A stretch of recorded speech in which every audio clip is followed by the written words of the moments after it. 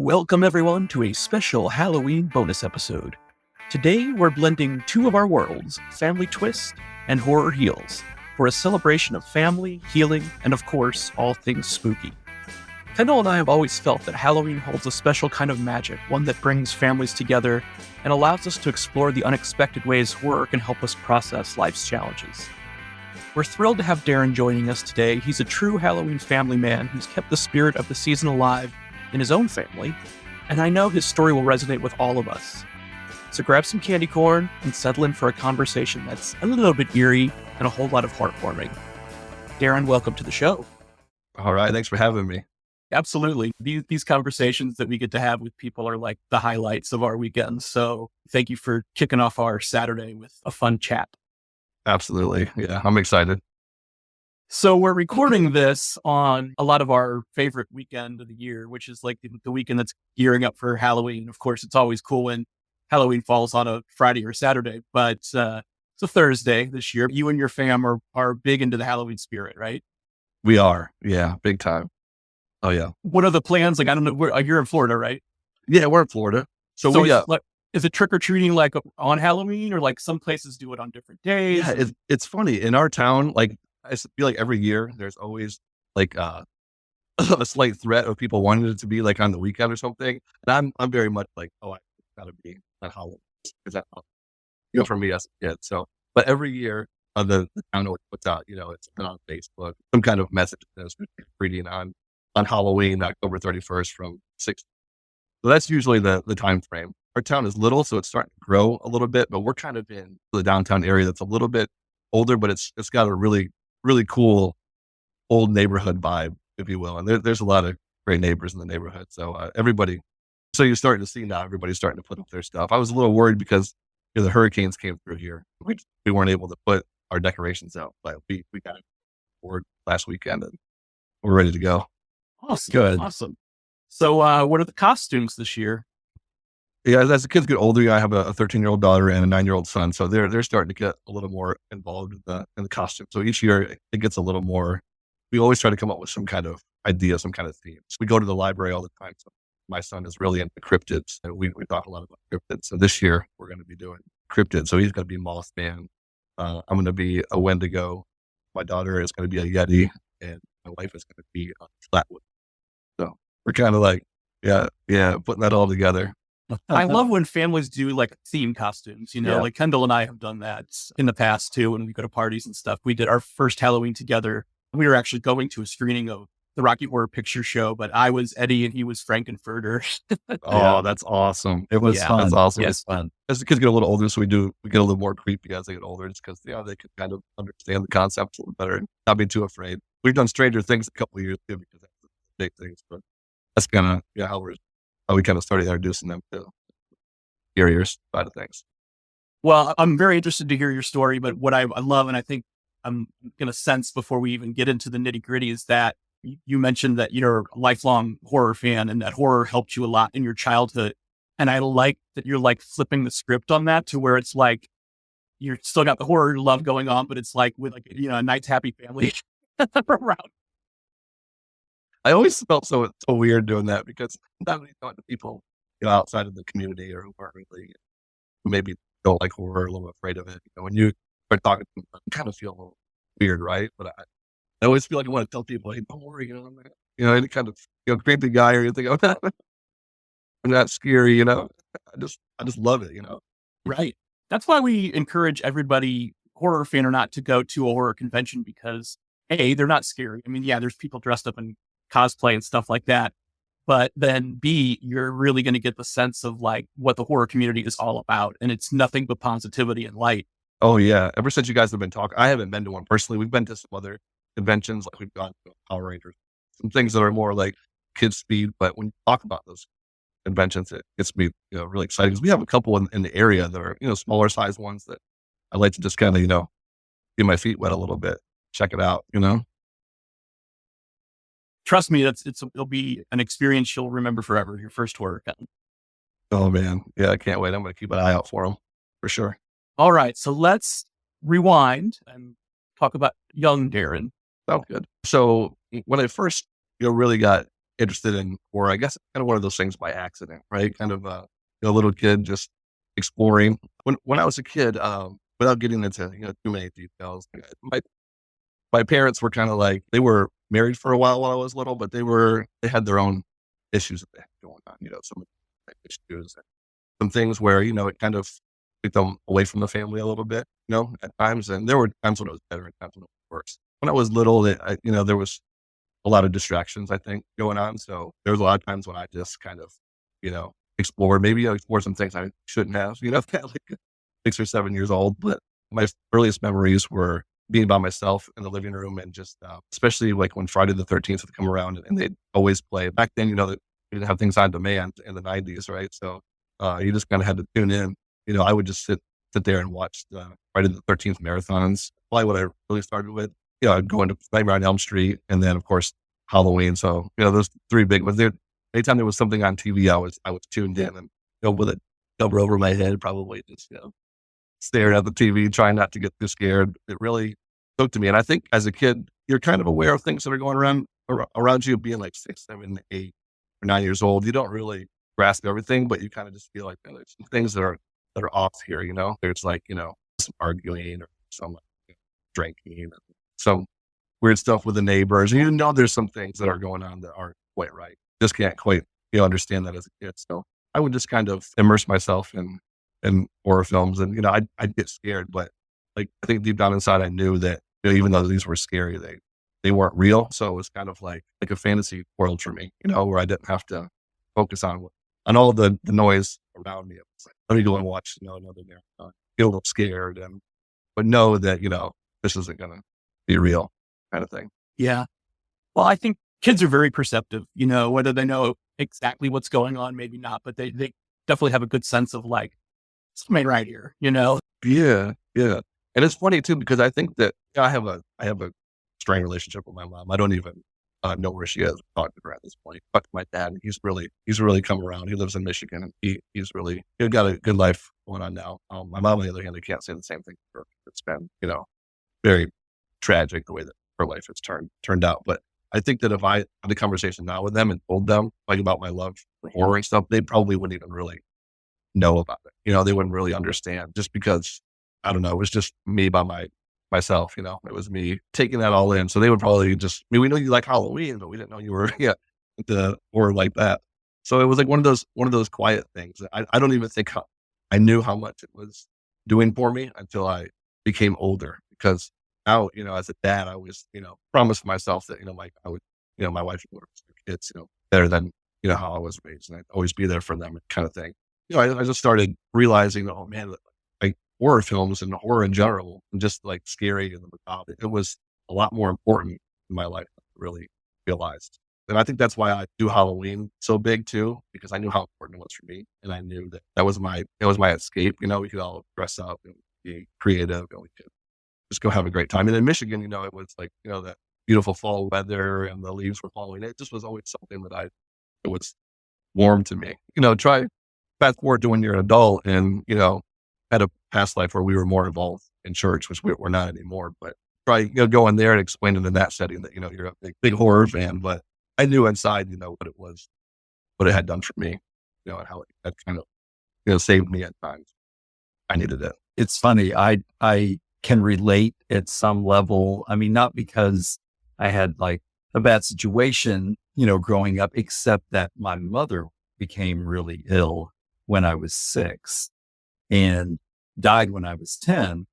And I don't know how I came to the realization, but I remember being like probably 7 or 8. And my dad, he knew how much I loved horror films. And he was like, why? Like what, you know what I mean? Like he loved them too, but he was like, what's the appeal for you? And I always used to say, well, if so-and-so, a character can survive their situation, then mom can, you know what I mean? Or we'll all come out of this okay.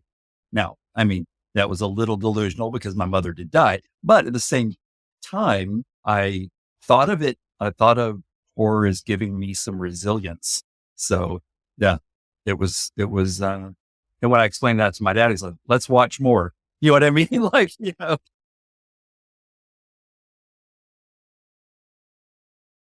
Yeah, and I think for me, like I I always every year I watch horror throughout obviously all throughout the year. Like, you see those memes about, people only watching horror during, Halloween, and here we are up here on our pedestal saying, "Oh, we watch it all year long." I always laugh about that. But especially at this time, getting the kids involved, even though, we've kind of dipped our toes a little bit in it, but we're trying to not be my son got a little scared, so we're not trying to be, rush anything too fast. But when I sit down and watch some of these movies and I watch, like I'll put on, of course, Halloween, and I'll put on like Halloween 4 and 5. I can almost like, put myself back in that time when I was like sitting there, and it gives me, a sense of comfort. I remember being that little boy, sitting there and having that time of comfort when there was a lot of chaos going around.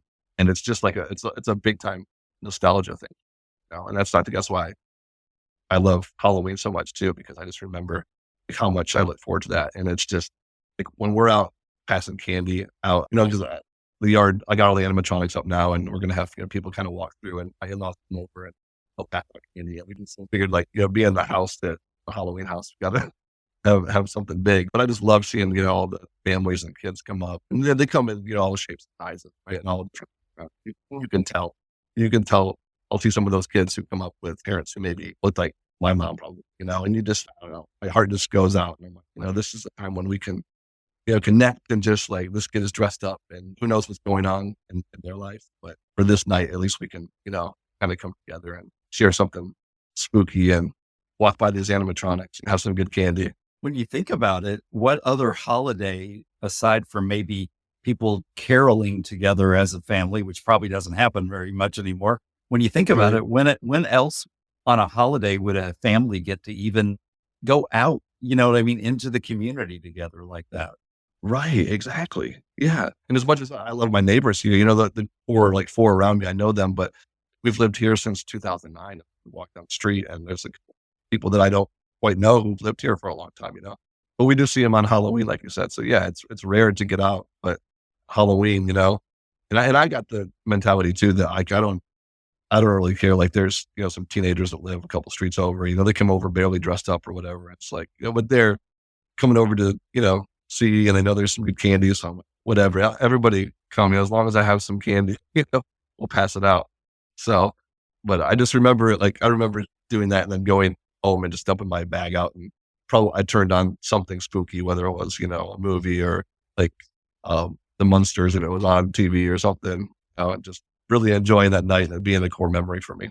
You just had me flash back to a memory of like when you said the dumping out the candy. Like I remember, who knows how old I was, but it was traditionally we always had, my dad always made chili on Halloween, so we would come home and have chili. But this particular year, I guess some of the neighbors were over, and they were watching Motel Hell. And so I was kind of like behind the couch, like peeking out a little bit because it was, like it was a little creepy for me. But yeah, that's some That's great awesome. Halloween memories. That's cool. Yeah. You guys do chili. I forgot to mention that my wife does that too every year. She always makes chili, and then she'll make some cornbread out of these. We have these skull pans, and they're like little skull cornbread. So yeah, we invite friends over sometimes, but eventually, as the kids get older, I'd love to have a party or something. Yeah, for sure. Now, Corey, I don't like the combination of Motel Hell with chili like that. Like, Yeah. like that, like the next time we either eat chili or watch Motel Hell, all I'm going to be thinking about is floating. Anyway, yeah, just a little bit. I mean, as a child, I would have been like, no, I'm out. I'm not eating that stuff. Yeah, that's Yeah, funny. exactly. Didn't make that correlation, but Yeah, I didn't really either. because there's a lot of dismemberment going on in that. Yeah. Oh, That all that film. meaty chili. Yeah, yeah. no. Well, even my That's really tofu funny. would have a weird connotation, I'm afraid. Chewiness. Yep, I'm good. That's hilarious. So Darren, at what age did you start to realize that like, oh wow, these horror movies really like kind of helped me, kind of saved me? I think maybe in my teenage years, but I think that it started to kind of like come to me that that's what was going on. But I think that when I became an adult. And my wife and I got married pretty young. So I was like 20 when we got married, and we waited to have kids for a little while. But, once I started becoming an adult and, having kids, I was like trying to just figure out why I was always so drawn to horror, and I was just, especially being like somebody who, I mean, to be honest, I wouldn't hurt a fly. I'm just like really like, gentle spirited, but I just love horror. I was always trying to figure out what is it? I just kept coming back to it. Always would bring me back to those memories being a kid, and now like, watching my kids grow up too. It hits home even closer now. I just kept going back to those memories and almost reliving like those good times of me, watching those movies together or by myself, and then sometimes watching it by myself, but also sharing it with my wife and my kids. I started to realize that that this is really why I love it so much. When I became an adult, I just tried to connect the dots. Then I finally figured that out, because like I told you before, talking to people who aren't really in horror, and I'm sure you guys know too, that like sometimes it's hard to explain, why you love it so much. Well, that's violent, or that's, scary, or, that's demonic possession. Why are you into that? And, at the end of the day, it's just because I remember, how it took me away from, some of the things that I had going on. And because it's easy to remember the bad, especially when I got into my teenage years and mom really, had a rough time and got really bad. It's, easy to remember that stuff, but it would be easy to remember us, being evicted from our home or, losing our call, all this bad stuff. But I choose to go back to those memories of me, sitting in front of the TV, scared, but going to bed, covering my head, hoping that, Freddie didn't come, at night. That's my biggest fear, by the way, was that was going to become real. It's interesting. I haven't thought of this in a while, but we need to have Jimmy, my friend from growing up. We need to have him on the show, because when I think about it, after my mother passed away and my father struggled with alcoholism, when I'd be upset about that, I'd go over to my best friend Jimmy's house and he would know I was upset. And even he would be like, hey, let's watch Halloween, or let's watch, you know what I mean? Like even then he was making, I'm sure subconsciously, making that connection for me and saying, you know what, we love this and let's watch another one. I haven't thought about it in that respect. Man, yeah. That's great. Like he was kind of in tune to that you For needed sure. that. Yeah. Well, and I would imagine like Jimmy probably needed a little bit too, because he had, he kind of had a crazy household situation too. So it was probably something where you guys could escape together. Yep, for sure. Yeah, because we didn't love his stepfather. Let's say that. Yeah. That's as much as I should say. But yeah, his stepdad wasn't great. So whether he was coming to my house to escape or I was going to his house to escape, we kind of had the same method in our madness. So No, having Jimmy on a podcast though is going to be like herding cats. it is. Oh, really? You don't know which. Oh yeah, he's hilarious. But like he is going to go off in 20 Oh my God. tangents. and we'll have to we would definitely have to cut out some of the stuff that Yeah. comes out of this. Oh yeah. Yeah. We'll be canceled if we. That's- That's hilarious. But I typically tend to be kind of a little more of an introvert, and I like people, but like my wife is sometimes the leader, and she'll be the one that really strikes up conversation. I will say, if you get me on the topic of horror, like I just sometimes get like a little bit giddy, and like I just start talking, and I'm like, man, I got to slow myself talking a little too much here. Yeah, I'm just talking really fast. And I told you guys we go to the library, and we have some really good friends over there some that we've known for a long time, and some that we've become close with over the other recent years.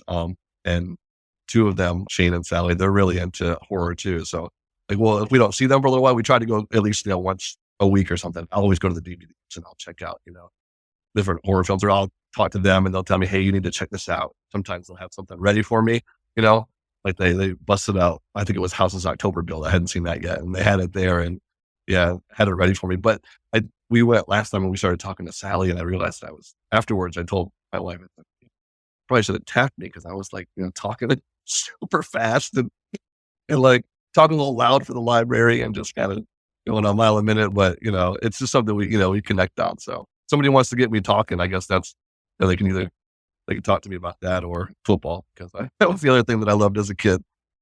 Well, Shout out to Corey's cousin Sean and his fiance Michelle. They used to live near us, and when they lived near us, they would come over a lot. And that's something all four of us love is horror. We miss them because they're not physically here, but they still send us recommendations and we send them recommendations. And then they live in Prague now. So, they're not around the corner. Yeah. Yeah, I don't think that I thank, Shane and Sally enough sometimes. I'm like, for showing me stuff. So yeah, shout out to them too, because they really, they really keep me connected with things. And it's fun just to talk to friends. Well, it just so happens that, and they didn't plan this, but they have a beautiful apartment, but on the first floor of the apartment building is a horror themed pub. Yeah. Oh, yeah. No way. I know. Oh, do they have like props and stuff in there? Props and posters and memorabilia. Yes. They sent us some videos and stuff that we haven't shared on social yet, but we'll have to do it, in conjunction with this or connection to this episode. That's so cool. Was your wife into horror and Halloween when you met, or was that your influence? No, she's got some similar stories where, she grew up in the church a lot, so not that like, it's strict or anything for her, but I just don't think that she was, had as many, opportunities to, watch horror or, her parents probably kept a better eye on her than mine. So, I got to monitor things more closely, but she had, friends that she would go to and they'd show her. She remembers just like me watching the original It, with a friend, and being really scared about that. But she really was great about, I think she could also just sense without me really saying it that, that I loved horror, and she just kind of, hopped on board with me, and she gets a little, and she would admit it too, she gets a little scared sometimes, but she'll just be a good sport there with her blanket, like this, and she'll try to hang in there. But she definitely has been, my biggest support, in life, and she's been there for me through, thick and thin. So it's just really nice that she's really grown to love it as much too, and especially Halloween. Like, she's done all this behind me. She does the indoor stuff here, and she does all that, and then she even helps me outside too. And we got a couple 12-foot animatronics that I need help with, and she just jumps right in. And I think my kids, even though like, they, some of it spooks them out a little bit, like the movies, especially, they know that dad, loves Halloween and spooky, and they're always just trying to be ultra supportive of it. So I really appreciate their support and love. Thank you for tuning into this Halloween special. Hearing stories like Darren really brings home why we love both Family Twist and Horror Heals. We may be talking about monsters and mayhem, but at the heart of it, it's all about connection, resilience, and finding light even in the darkest places. Family Twist listeners, if you enjoyed this episode, we'd love for you to check out Horror Heals, where we dive in deeper into how horror brings people together and supports healing in powerful and unexpected ways. From Kendall and me, happy Halloween. May it be filled with treats, no tricks, and a little bit of horror magic. The Family Twist podcast is presented by Savoir Faire Marketing Communications, produced by How the Cow Ate the Cabbage LLC, and features original music by Cosmic Afterthoughts.